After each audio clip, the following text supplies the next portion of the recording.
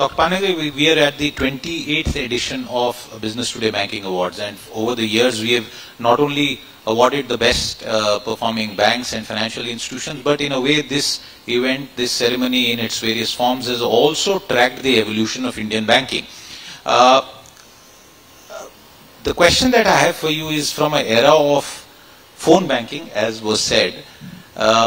Do you believe that our banking system, particularly the public sector part of it, has been transformed permanently in some ways, and we have now moved to what I would like to call Atmanirbhar digital banking from an era of phone banking? Well, digital banking is probably a small part of the banking. I think, we're still doing a lot of, the bulk of banking is still the conventional banking. And to be sure, in the past when we have spoken, we have talked about the NPAs, which were massive at some point in time. And when at Niti Aayog, I greatly worried about all this. That episode is now behind us. But, I hate to be sort of duped once again into thinking that now we are in a very secure zone. It is true that perhaps under the current administration there is no phone banking going on. But that, finance is a strange animal.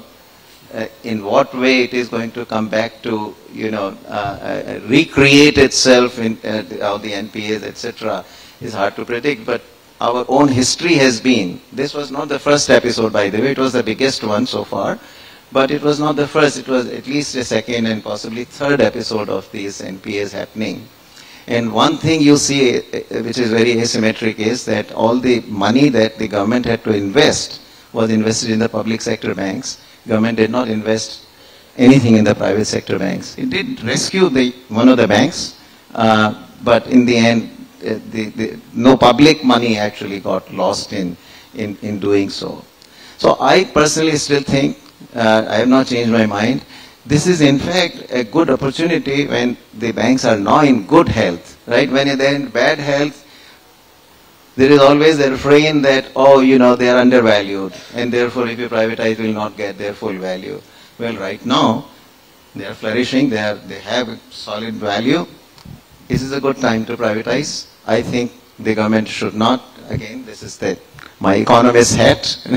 So I think this will be a good time when the government comes back in its next term to start seriously privatizing some of the banks.